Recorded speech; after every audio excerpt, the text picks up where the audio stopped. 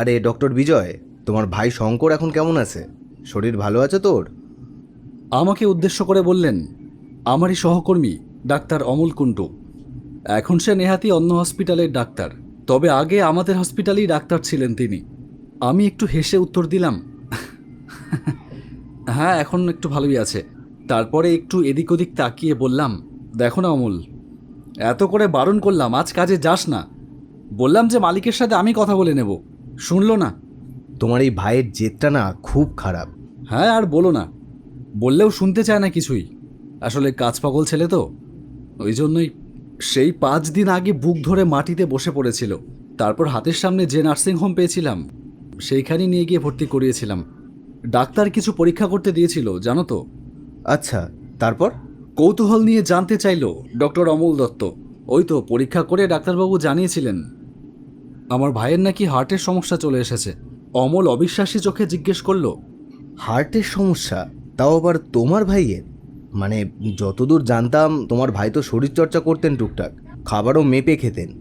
তাহলে হঠাৎই এমন কম বয়সে হার্টের সমস্যা আসবার তো কোনো কথা নয়। সে তো আমি সঠিক জানি না হার্টের সমস্যাটা কিভাবে এলো, তবে সে যাই হোক, ডাক্তার ওষুধ লিখে দিয়েছে, খাচ্ছে নিয়মিত। কথা শেষ করতেই আমার ফোনটা বেজে উঠল। ফোনটা পকেট থেকে বার করে দেখলাম আমার বোন। কি ব্যাপার, আমার বোন হঠাৎ এই সময় ফোন করলো কেন? ভেবেই ফোনটা সঙ্গে সঙ্গে রিসিভ করলাম। 1 মিনিট। আমি হ্যালো বলা শেষ করতেই আর কিছু বলতে পারলাম না। তার আগেই বোন কাঁদতে কাঁদতে বলল, বড়দা, মিস্টার রাস্তায় অ্যাক্সিডেন্ট করেছে। ওইখানকার স্থানীয় লোকেরা ফোনে সবার আগে আমার নাম্বারটা পেয়ে ফোন করে জানালো আমায়। সে কি কি বলছিস এসব? বোন কান্না ভেজা গলায় আবারও বলল, দাদা, ওইখানকার একজন লোক বলছিল মিস্টার নাকি মারা গেছে। আমি তাকে সান্ত্বনা দিয়ে জিজ্ঞেস করলাম, অ্যাক্সিডেন্টটা কোথায় হয়েছে? রাস্তায়? হ্যাঁ। উত্তর দিল বোন, সে কি, এটা তো পুলিশ কেস। কোন হসপিটাল অ্যাডমিট করা হয়েছে ভাইকে? তোদেরই হসপিটালে। আমি বললাম, ওফ, কিন্তু আমি তো এখন ডক্টর অমল কুণ্ডুর হসপিটালে আছি। আমাদের হসপিটালে পৌঁছাতেও তো মিনিমাম 25 মিনিট লাগবেই। আচ্ছা ঠিক আছে, তুই বাবা মাকে নিয়ে যা, আমি এক্ষুনি আসছি। বোন ফোনটা কেটে দিল। আমি ফোনটা রাখতেই আমার সামনে বসে থাকা ডক্টর অমল কুণ্ডু বললেন, কি হয়েছে বিজয়? কোনো সমস্যা? আমার ভাইটা মারা গেছে। আমার কথায় হতবাক হয়ে গেলেন ডক্টর অমল কুণ্ডু। সে কি বলছো? কিভাবে হলো এসব? আমার এখন অত কিছু বলবার সময় নেই ডক্টর অমল, আমাকে তাড়াতাড়ি আমাদের হসপিটালে যেতে হবে। ঠিক আছে, তুমি যাও, আমি এদিকটা সামলে নিয়ে আসছি। আমি তাকে পাশ কাটিয়ে হনহন করে হেঁটে চললাম। ডক্টর অমল কুণ্ডুর হসপিটাল থেকে বেরিয়ে নিজের পার্সোনাল গাড়িটা বার করে স্টার্ট করলাম। হাই রোড দিয়ে যাবার সময় ভাইয়ের কথাগুলো মনে পড়ছে। ছোটবেলায় ভাইয়ের সঙ্গে একসাথে ছাদে ঘুড়ি উড়ানো, লালটুদের আমবাগানে গিয়ে আম কুড়োনো, সব যেন একটা হারানো স্মৃতি হয়ে রয়ে গেল। হাসপাতালে গিয়ে ভাইয়ের কী রূপ দেখতে হবে জানি না। 1 মাস আগে ওকে নিয়ে সৃষ্টি হওয়া আমার আর বাবার একটা ঝগড়ার কথা মনে পড়ে গেল। তুমি কি বলছো বাবা? তুমি সব সম্পত্তি ভাইয়ের নামে লিখে দেবে? আমি আর রজনী কি এই বাড়ির অংশীদার নই? না, এই বাড়িতে আমার কথাই শেষ কথা।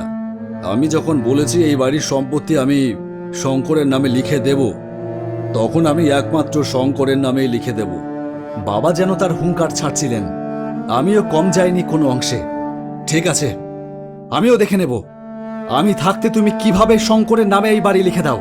সেই দিন ঘরের বাইরের এক কোণে ছলো ছলো চোখে দাঁড়িয়ে থাকা শঙ্করও আমার এমন ব্যবহার দেখে কষ্ট পেয়েছিল। আমি যখন হসপিটালে পৌঁছালাম তখন জানতে পারলাম আমার ভাই শঙ্করও নাকি গাড়িতেই মারা গেছে। লাশ অনেকক্ষণ আগেই মর্গে ঢোকানো হয়েছে। হসপিটালে পৌঁছে দেখা হলো বাবা মা আর বোনের সঙ্গে। তারা তখনও বেঞ্চে বসেছিলেন। বোন এসে কাঁদতে কাঁদতে আমার হাতটা চেপে ধরল। মাও কাঁদতে কাঁদতে এসে জড়িয়ে ধরল আমাকে। আমি তাদের সান্ত্বনা দিয়ে বললাম, নিজেদের শক্ত করো, যা ঘটার তা ঘটে গেছে। বাবা তখনও চোখে একরাশ জল নিয়ে চুপচাপ বসে আছে। বাবার কষ্টটা অনুভব করতে পারলাম। ঘটনাটা পুলিশের আন্ডারে চলে গেছে। যেহেতু আমার ভাই রাস্তায় অসুস্থ হয়েছিল আর গাড়িতেই মৃত্যু ঘটেছিল, আমি একজন ফরেনসিক ডাক্তার। লাশটা যেহেতু আমার পরিবারের, মানে আমার ভাইয়ের, তাই লাশ কাটার দায়িত্বটাও আমাকেই দেওয়া হয়েছে। এখন আমি নিজের কক্ষে একাই আছি, আর কোনো ডাক্তার নেই। আমার সামনে রয়েছে আমার ভাইয়ের লাশ। চারপাশে একবার ঘাড় ঘুরিয়ে দেখে নিয়ে স্বস্তির নিঃশ্বাস ফেললাম। এরপর মনে মনে বললাম, আজ আমার বড় আনন্দের দিন। আমি জিতেছি। হ্যাঁ, আমি জিতেছি। আজ আমার পৈশাচিক হাসি হাসতে ইচ্ছে করছে। বাবা সেদিন খুব বলেছিল, হ্যাঁ, এই বাড়ির সম্পত্তি নাকি সব ভাইয়ের নামে লিখে দেবে। এইবার আমিও দেখব বাবা কার নামে সম্পত্তি লিখে দেয়। এতদিন আমি ভাইকে এক ধরনের ওষুধ খাইয়ে তার হার্টের রোগ বাঁধিয়েছিলাম। এমন একটা ওষুধ আমার কাছে ছিল যেটা হার্টের সব নালীগুলোকে আস্তে আস্তে ব্লক করে দেয়। সবকিছু আমার প্ল্যান মাফিকই হয়েছে, তবে কেউ যেন আমায় সন্দেহ না করে, তার জন্য যে ডেথ সার্টিফিকেট লিখবে তার পকেটটাও তো ভরাতে হবে। এরপর চোখ গিয়ে পড়ল মৃতদেহটার ছড়িয়ে থাকা আঙুলের দিকে। কেন জানি না, আমার মনে হলো আঙুলটা যেন একবার নড়ে উঠল। আমি তক্ষুনি ভাবতে লাগলাম, আমি কি ঠিক দেখলাম? না না, মনে হয় ওটা আমার মনেরই ভুল, তাছাড়া কিছুই নয়।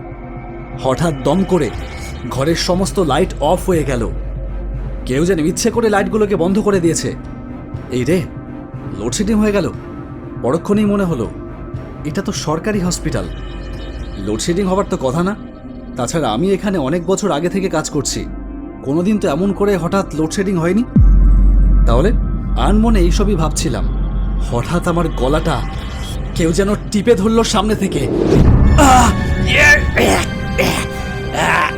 আমি যন্ত্রণায় ছটফট করতে লাগলাম। বাপরে, কি শীতল হাত, আর কি বিভৎস জোরেই হাতে, যেন কোনো বরফের শক্ত হাত আমার গলাটা টিপে ধরেছে। আবার দম আটকে আসছে। আমি তখন হাতটা ছাড়াবার জন্য, নিজেকে বাঁচাবার জন্য সর্বশক্তি দিয়ে চেষ্টা করছি, কিন্তু এই হাত ছাড়াবার শক্তি আমার নেই। এরপর ভালো করেই দেখতে পেলাম সামনে ভয়ঙ্কর একটা হাত আমার গলা চেপে ধরেছে। আমি কোনো রকমে বললাম, ছেড়ে দাও আমায়, ছেড়ে দাও। কথাটা শেষ হতেই সে আমাকে ধাক্কা দিয়ে ফেলে দিল। আমি টাল সামলাতে না পেরে দেওয়ালের গা ঘেঁষে পড়ে গেলাম। মুখ থেকে অজান্তেই স্বর বেরিয়ে এলো। কোমরের সাংঘাতিক যন্ত্রণা অনুভব করলাম। এরপর অন্ধকারের মধ্যে আবছা হলেও বেশ ভালোই দেখতে পেলাম শঙ্করের লাশ আমার ক্রমশ সামনাসামনি এগিয়ে আসছে। না না, আমাকে ক্ষমা করে দে ভাই, তুই এটা করতে পারিস না। ছেড়ে দে আমায়, আমাকে ছেড়ে দে। হ্যাঁ, ছেড়ে দেব তোকে। তোর জন্য কি করিনি আমি। ছোটবেলা থেকে আমার থেকে বেশি পড়াশোনায় তোর আগ্রহ দেখে আমি নিজে পড়াশোনা ছেড়ে দিলাম। গ্যারেজে গিয়ে কাজ করতে থাকলাম, শুধুমাত্র তোর স্বপ্ন পূরণ করার জন্য। বাবা হাঁটতে পারতো না, পাড়া প্রতিবেশী সমাজ কি বলতো জানিস আমার নামে, শুধুমাত্র কম বয়সে পড়া ছেড়ে দেওয়ার জন্য। ভুল হয়ে গেছে ভাই আমার, এইবারের মতো আমাকে ক্ষমা করে দে ভাই। না, তুই আমার বাবার কথা ভাবিসনি। তোর কাছে মায়ের চোখের জলেরও কোনো দাম নেই, তোকে ক্ষমা করা যাবে না। শুনেছি বন্ধুর থেকে ভাই বড়, ডাক্তার নাকি ভগবান, কিন্তু তোর মতন ডাক্তার এই পৃথিবীতে না থাকাই ভালো।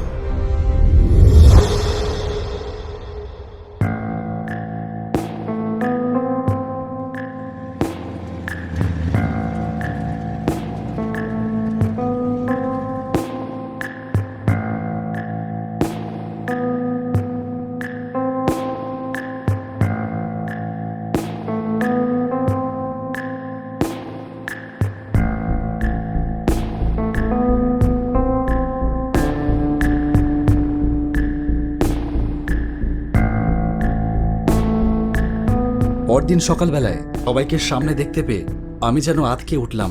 পুলিশ অফিসারের মধ্যে থেকে একজন পুলিশ অফিসার বললেন, ভয়ের কিছু নেই, আমরা চলে এসেছি। স্বস্তির নিঃশ্বাস ফেললাম, তার মানে আমি এখনো বেঁচে আছি। এদিক ওদিক তাকিয়ে নিজের ভাইয়ের লাশটা খুঁজতে আরম্ভ করলাম। দেখতে পেলাম ভাইয়ের লাশটা। ভাই যেন গভীর ঘুমে মগ্ন হয়ে রয়েছে, একদম নিশ্চুপ। মনে মনে প্রতিজ্ঞা করলাম বাবা মাকে তাদের আর এক ছেলের কমতি বুঝতে দেব না। বোনের বিয়ের সব খরচ আমি করব। পরিবারের সমস্ত দায়িত্ব এখন আমার কাঁধে। আপনি কি ঠিক আছেন?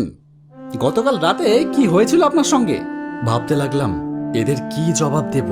সমস্ত সত্যিটা বললে এরা তো আমায় জেলে পুরবে, হয়তো আমার ফাঁসিও হয়ে যেতে পারে।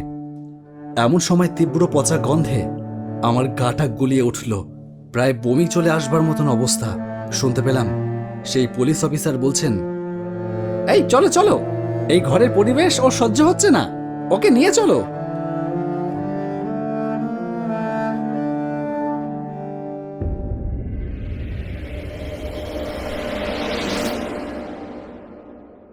নমস্কার বন্ধুরা, আমি সুমন ভট্টাচার্য, তোমাদের সবার প্রিয় চ্যানেল ইনজেট অ্যানিমেশন এবং জলমাটির গল্পের ডিরেক্টর। তোমাদের সবার জন্য একটা অ্যানাউন্সমেন্ট রয়েছে। আমাদের 2D অ্যানিমেশন মাস্টার ক্লাস শুরু হচ্ছে 1 নভেম্বর থেকে, নতুন ব্যাচ।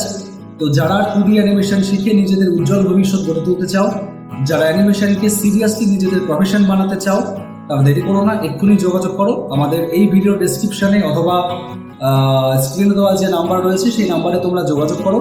তোমাদের অ্যাডমিশন রিলেটেড যে কোনো কোয়ারিজ সেখানে ক্লিয়ার করে দেওয়া হবে। তো যারা অ্যানিমেশনকে প্রফেশন বানাতে চাও এবং 2D অ্যানিমেটর হয়ে উঠতে চাও, তারা দেরি করো না, এক্ষুনি যোগাযোগ করো। আমাদের সিট সংখ্যা খুবই সীমিত, তো লেট করো না। অ্যাডমিশন শেষ হবার আগেই তোমরা অ্যাডমিশন নিয়ে নাও। নতুন ক্লাস শুরু হচ্ছে 1 নভেম্বর থেকে। তো দেখা হচ্ছে অনলাইন ক্লাসে। থ্যাংক ইউ সবাইকে।